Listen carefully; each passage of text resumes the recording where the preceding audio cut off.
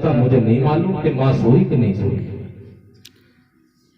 کہا معاملہ یہ ہے کہ تم تو سو گئے تھے مگر تمہاری تکلیف سے ماں کا کلیجہ اتنا دکھ گیا تھا اتنا دکھ گیا تھا کہ وہ اللہ کی بارگاہ میں سجدے میں پڑی روتی رہی اور یہی کہتی رہی مولا میرے بیٹے کے لیے غیب سے علم کے اسباب پیدا فرما.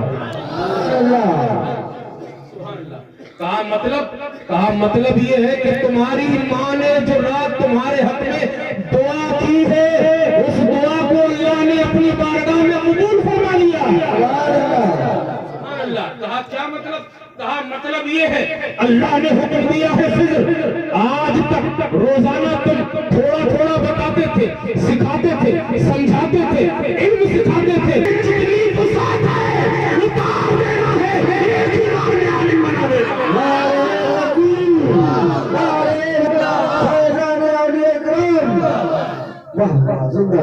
ایک ہی آن میں سینہ بسینہ دے دو اس لیے کہ ماں نے دعا کی ہے غیب سے انتظام کر دے مخدوم مبارک ہو تمہاری ماں نے تمہارے لیے دعا کر دی ہے مولا نے تمہیں علم کامل کی عطا کر دیا ہے اور ولایت کاملہ بھی عطا فرما دیا. سبحان اللہ سبحان اللہ واہ واہ زندہ باد واہ واہ. یہ آج ہو رہا ہے سینڈنگ کے فنکشن موبائل میں آج آئے ہیں. سائنس بہت آگے بڑھی تب کوئی بھی چیز وہ آپ کہتے ہیں ذرا میرے موبائل پہ بھیج دینا آ جاتی ہے. آتی ہے نا. قریب والے بھی فنکشن ہے دور والے بھی فنکشن ہے آ جاتی ہے. مگر یہ محسوس اور مادی چیزیں بعد میں آئی ہیں. اللہ کے محبوبوں نے وہ کمال دکھائے ہیں وہ کمال دکھائے ہیں کہ سائنس تو صدیوں بعد سوچے گی سائنس جہاں دم توڑ دے گی وہاں سے روحانیت جنم لے گی. ولایت کا معیار وہاں سے جنم لے گا. حضرات بس میں اسی پر آخری بات علم کے تعلق سے سرکار غوث پاک رضی اللہ تعالیٰ عنہ کی پیش کر رہا ہوں. آپ فرماتے ہیں درست العلم حتی صرت خطبہ ونلت السادہ من مولا الموالی. میں نے اتنا پڑھا کہ اللہ نے مجھے قطب بنا دیا. ونلت السادہ من مولا الموالی اور میں نے مولاؤں کے مولا سے نیک بختی کو پا لیا. سبحان اللہ. کتنا پڑھا تفصیل میں نہ جاتے ہوئے بس آخری اور چھوٹی سی بات سرکار غوث اعظم رضی اللہ تعالیٰ نے اتنا پڑھا کہ آپ کے اندر یہ چھمتا یہ شکتی یہ قوت یہ پاور پیدا ہو گیا کہ آپ نے فرمایا نظر تو الہ بلاد اللہ جمع کخردلۃ علی حکم اتصالی. سبحان اللہ. میں نے اللہ کی ملکیت کو دیکھ لیا کائنات کو دیکھ لیا بلاد اللہ کو دیکھ لیا. کیسے دیکھ لیا؟ کخردلۃ ایسے دیکھا جیسے ہتھیلی پہ رائی کا دانا. رائی کا دانا سمجھتے ہو؟ رائی کا دانا کیسا ہوتا ہے؟ چوکھوٹا کے گول بڑا کے چھوٹا چھوٹا سا ذرہ ایسے دیکھ رہا ہوں جیسے ہتھیلی پہ رائی کا دانا. اور کوئی کہے کہ یہ پاور کل سا آج نہیں آپ اس کا رد فرماتے ہیں نہیں اللہ حکم اتصالی جب سے دیکھا ہے مسلسل دیکھ رہا ہے. سبحان اللہ سبحان اللہ. برابر دیکھ رہا ہے برابر. یہ علم ہے سرکار غوث اعظم. سرکار مختوم مہائمی کا ملاحظہ کیا. آؤ سرکار غوث اعظم کا بتاؤں. ایسے دیکھ رہے ہیں جیسے رائی کا دانا. آج سائنس نے بہت ترقی کی ہے. آپ جو چیز چاہیں سرچ مار کے مکہ شریف دیکھنا ہے اسکرین پر مدینہ شریف دیکھنا ہے اسکرین پر بغداد محلہ دیکھنا ہے اسکرین پر اجمیر محلہ دیکھنا ہے اسکرین پر دربار بریلی دیکھنا ہے اسکرین پر. آپ جو بولتے جاؤ گے اس میں اگر لوڈ ہے تو وہ آپ کو دکھاتا جائے گا. میپ کے ذریعے آپ دیکھتے ہو یہ بدایوں ہے یہ بسولی ہے یہ سید پور ہے یہ بریلی ہے یہ دلی ہے یہ ممبئی ہے یہ دنیا کا فلاں ملک ہے. جو بھی آپ دیکھنا چاہتے ہو دیکھتے ہو ایسے ہی ہے. اچھا کیا ایسا بھی فنکشن ہے کہ ایک ہی وقت میں آپ میں تو کون ہی تو موبائل ڈالے پر یہ بولیے یا لکھیے کہ مجھے ہندوستان، پاکستان، چین و جاپان ایک ہی وقت میں چاروں ملک دیکھنا ہے، تو کیا دکھا پائے گا؟ بولیے، دکھا پائے گا؟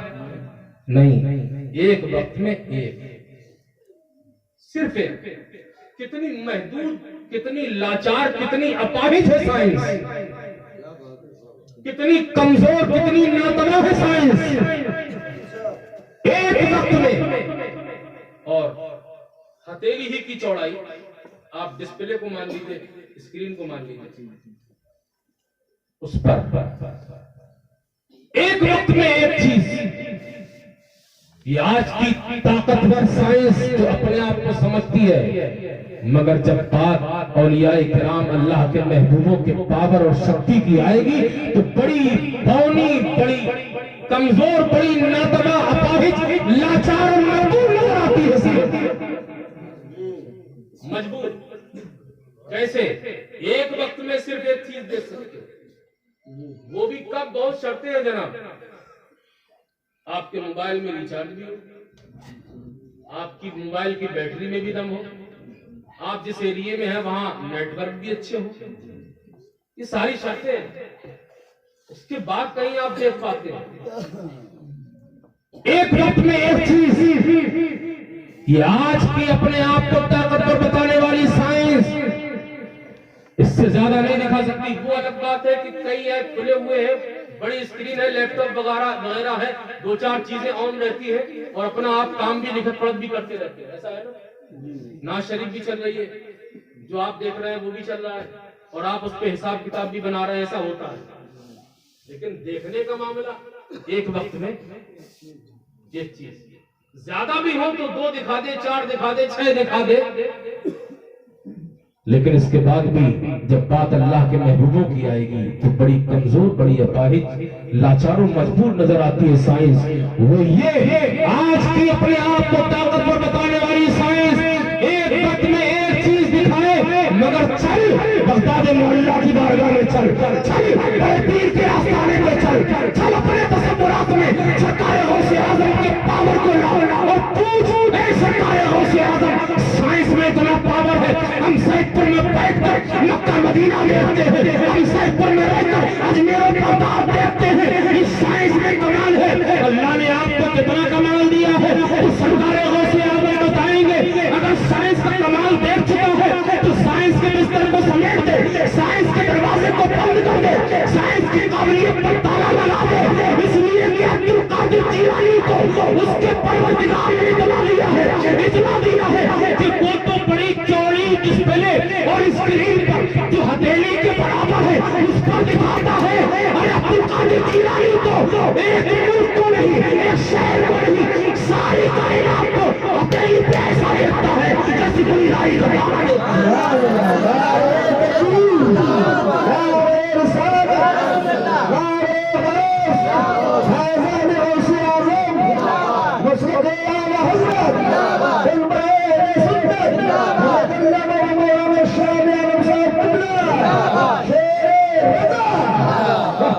عبدالقادر تو ایسے دیکھتا ہے، اور رائی کا دانہ ہی کیوں کہا جائے؟